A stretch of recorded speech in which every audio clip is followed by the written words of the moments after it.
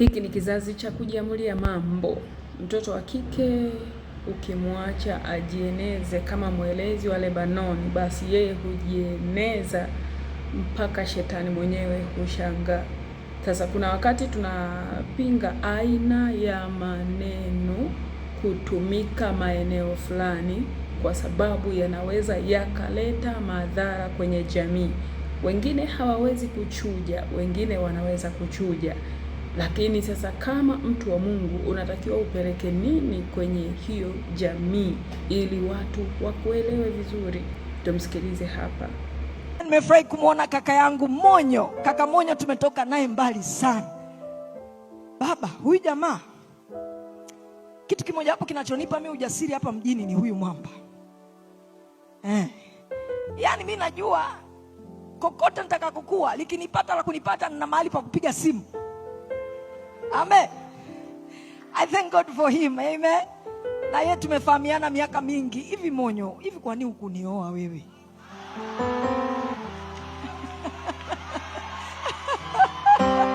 Aya, tuende kwa mwanamke mwingine wa ajabu sana. Nimekwambia shetani akimpanda mwanamke basi hujiamulia mambo vile anavyotaka. Mutanielewa tu kile ninachokataa. Mwanamke kupanda juu ya mwanaume, utanielewa tu, lakini hebu tuende kwa huyu mwingine. Kwa hiyo hizo kucha kwanza umetengeneza kwa gharama shilingi ngapi? Hizi 700,000. 700,000? Yes. Tofauti ya kucha hizo na zingine ni nini? Zingine unaziona lakini zilivyo. Zionyeshe wale kule nataka kila kitu. So hizi ni expensive. Ni expensive sana. Tofauti na hizo zingine ambazo wanaweka labda 20,000, 30,000 sio ngapi sijui. Inaweza kwangu 700,000. Na sasa nikuulize swali lingine. Wewe kama mwanamke kuna sehemu zako ambazo kujisafisha lazima ujisafishe mwenyewe au ndo unamlipa mtu? Siwezi kujisafisha. Siwezi. Kuna muda nasafishwa na mfanyakazi au nikiwa na baby maybe kama naye, lakini kitokea. Kwa hiyo sasa hivi una mpenzi au hauna? Kwa sasa hivi sina, sababu yaani wanaume wa kibongo hawajui kufanya kazi. Kufanya kazi zipi? Kazi kama hivyo wanatakiwa wapike wao, waoshe vyombo, wafanye nini, kazi kama hizo wanisaidie. Kwa hiyo unataka mume wako kupikia? Wa kunipikia, kuniogesha, kunifulia nguo za ndani, lakini kwa sababu za nguo za nje natumia washing machine. Kwa hiyo za ndani lazima tumie yeye. Yaani ndo anatakiwa zioshe. Umesikia HD?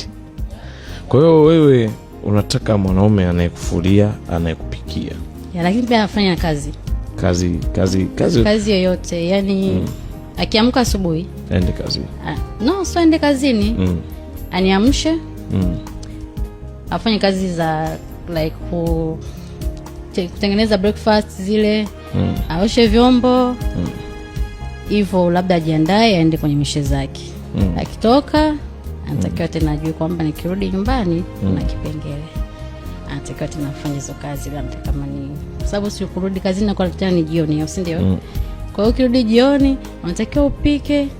Hivyo upike, make sure umeweka chakula mezani hapo tumekula. Hivyo. Unadhani kuna wanaume wa Kitanzania anaweza kufanya hicho kitu? Hapo kibao. Kwa nje hawawezi. Sababu kwa nje si mnataka vimbe muonekane. Lakini ndani wanaregeza. Kuna kitu gani cha ziada unaweza kumfanyia mwanaume mpaka akakubali kukupikia, kufanya hivyo vitu vyote? Vingi, unanionaje? Vingi, tuanze kwa muonekano tu, unanionaje labda? Wewe ni mrembo, usikatai. Kwa hiyo lazima urembo wangu. Umeelewa? Na yani simeje, nimekamilika kila kitu. Sijui uso, sijui umbo, sijui kifedha, niko vizuri. Kwa hiyo sina kasoro yote. Haya ni maajabu yanayoendelea duniani na vituko vingi vinavyoendelea duniani. Haya, twende kwa watoto wadogo kuwafundisha mambo kama haya kwenye jamii. Je, ni vema?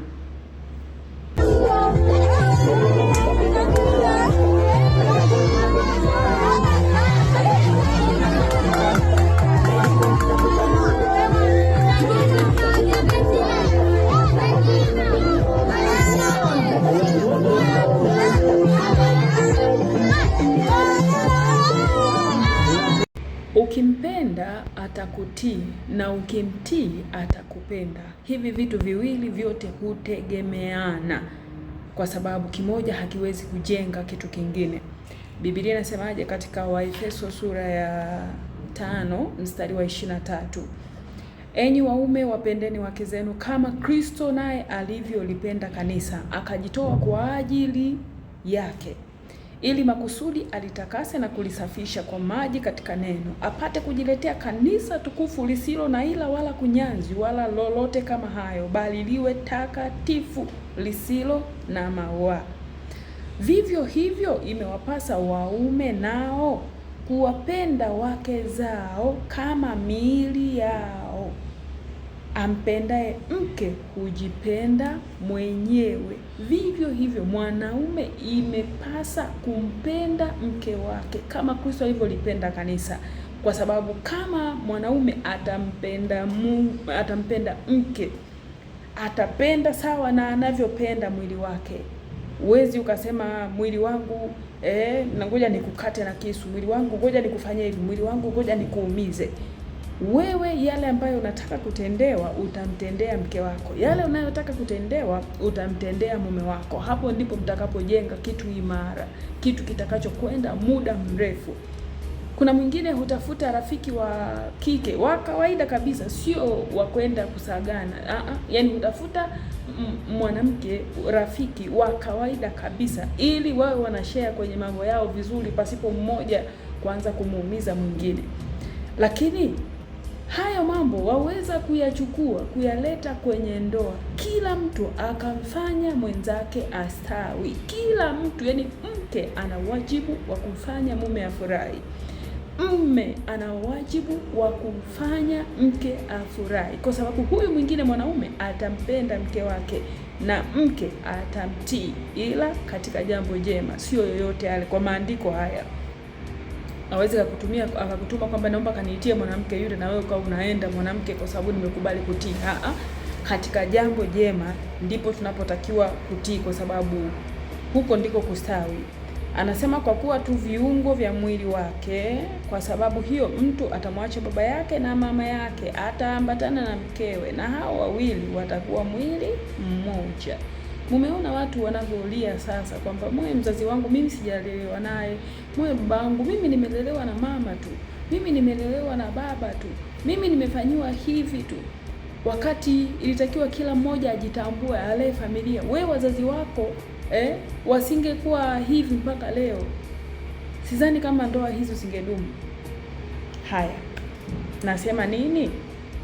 Kwamba kila mwanaume imepasa kumpenda mke wake. Na weka mfano, mimi Mbarikiwa angekuwa ananifanyia vibaya, tusingedumu mpaka leo. Lakini kwa sababu kuna sehemu yeye anajitambua, sehemu yake ya kwamba mimi natakiwa nifanye vizuri, mimi pia nina sehemu yangu ya kujitambua kwamba natakiwa nifanye vizuri, ndipo unaona kudumu kama huku. Kuna mtu mwingine nikikufundisha mambo kama haya kuhusu unyenyekevu wa kawaida, utasema weka akiba ya maneno, wanaume wanageuka. Kuna watu tulikuwa watiifu lakini walikuwa hivi. Hapana, mtu wa Mungu, mwanamke ana nafasi ya kutengeneza familia, ya kubeba udhaifu hata wa mwanaume. Labda kama anataka kukuua, akitaka kukuua, hapo sisemi ukae. Anakupiga na kupasua, hapo sisemi ukae. Nafundisha elimu ya kawaida, elimu ya kwenye jamii, namna gani jamii yaweza kustawi. Kwa sababu ikiwa ndoa zitakuwa nyingi ni ugomvi mtupu kwenye jamii, jua mmekalisha watu ni wagomvi watupu, hautaweza kwenda kuwapatanisha, au jamii haiwezi kukaa sawa. Tunaanzia kwenye nyumba ili kuiweka jamii yote iwe sawa. Ikiwa huyu na huyu anaelewana, huyu na huyu anaelewana, mke na mume wanaelewana, ule upendo wataupeleka kwenye jamii na jamii itaelewana. Mithali 31 mstari wa 10, napenda kuisoma sana haya maandiko, kwamba kila mtu ana wajibu wa kutengeneza familia ili ikae sawa. Mwanaume una wajibu, mwanamke una wajibu. Mithali hiyo 10 anasema mke mwema ni nani awezaye kumuona? Maana kima chake chapita kima cha marijani. Moyo wa mumewe humwamini, wala hatakosa kupata mapato. Humtendea mema wala si mabaya siku zote za maisha yake. Mke mwema nani awezaye kumuona? Kima chake chapita kima cha marijani. Humtendea mema mumewe siku zote wala si mabaya. Maandiko yanazungumza hapa. Tena huamka afanana na merikebu. 12 humtendea mema wala si mabaya siku zote za maisha yake. Hutafuta sufu na kitani, hufanya kazi yake ya mikono kwa moyo, sio ya kuosha vyombo. Hapo kwa nini wanaume walisema wanawake wasifanye kazi? Waliona wanawake wakifanya kazi ni kama heshima kwenye nyumba inapungua, kila mmoja anakuwa ni muamlishaji, kila mmoja anakuwa ni mzungumzaji. Ndio maana wanaume wengi waliweka vigingi na kuwalemba wanawake kwamba msifanye kazi. Hautakiwi kufanya kazi. Mwanamke ni ua la nyumbani, mwanamke ni pambo la nyumbani. Kumbe si pambo la nyumbani, kwa sababu hilo pambo siku umekufa wewe mwanaume, hilo pambo litaharibika. Kwa hiyo yeye anatakiwa aende kuwajibika, ila awajibike akiwa na nidhamu. Nimesema wanaume wengi wanashindwa kuruhusu wake zao wafanye kazi kulingana na kwamba mwanamke akishapata hela unakuta tayari analeta kile kiburi cha fedha anakileta kwenye familia, kile kiburi cha elimu anakileta kwenye familia, kile kiburi sijui cha kazi anakileta kwenye familia, anaanza kuamrisha kama vile alivyokuwa anaamrisha kazini, basi akija hata nyumbani anataka aamrishe vile vile. Kumbe nafasi ya mwanamke kutii inabaki pale pale, na mwanaume nafasi ya kupenda inabaki pale pale. Biblia je, imeruhusu mwanamke kufanya kazi? Biblia inaruhusu mwanamke kufanya kazi. Ndio maana anasema tena huamka kabla 13 kutafuta sufu na kitani, kufanya kazi yake ya mikono kwa moyo, afanana na merikebu za biashara, huleta chakula chake kutoka mbali, sio alichopewa na mumewe. Amewajibika na nidhamu anayo nyumbani, anafanya kazi na nyumbani adabu anayo, anatafuta kipato huko, na akija nyumbani ana adabu kwa mumewe ili ajenge familia iliyo imara. Anasema huangalia shamba akalinunua kwa mapato ya mikono yake. Mwanamke huangalia shamba akalinunua kwa mapato ya mikono yake, lakini adabu kwa mwanaume inabaki pale pale, kwa kuwa huyu mmoja ni msaidizi, mwingine ni kiongozi wa familia.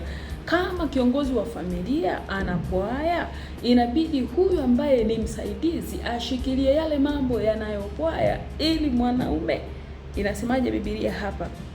Hujifunga viuno vyake, hupanda mizabibu, hutia mikono yake nguvu, huona kama bidhaa yake ina faida, taa yake haizimiki usiku. Hutia mikono yake, huishika pia, huwakunjulia maskini mikono, na kuwanyoshea wahitaji mikono. Hatumii hicho kiburi kwamba mimi nasaidiaga yatima, mimi nasaidiaga wale. Hatumii kiburi hicho kuleta kwenye familia. Anasema kwamba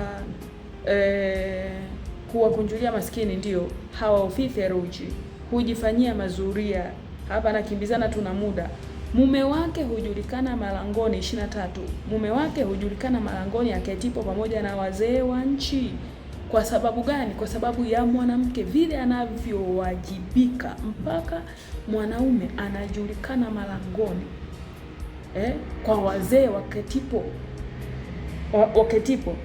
Sasa mwanamke, kuna wakati hawa watu si kwamba wote ni mnakuwa mmenyooka wakamilifu. Kuna udhaifu, huyu anao, huyu anao. Ukijitambua sawa sawa, huyu mwingine atabeba udhaifu wa huyu mwingine atabeba udhaifu wa huyu.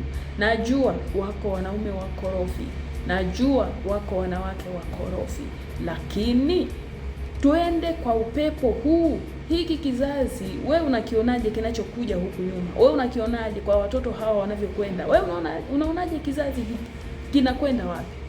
Kwa nini kila mmoja sishushe matakwa yake chini? Ila mwanamke jaribu kuheshimu. Mwanaume kujulikana malangoni kwa sababu ya wewe mwanamke vile utakavyowajibika, alafu nawajibika kwa adabu. Mimi nimesema mara nyingi, mimi napika vizuri kabisa napika. vizuri, sina shida, na anawajibika kwa mwanaume vizuri kabisa bila shida.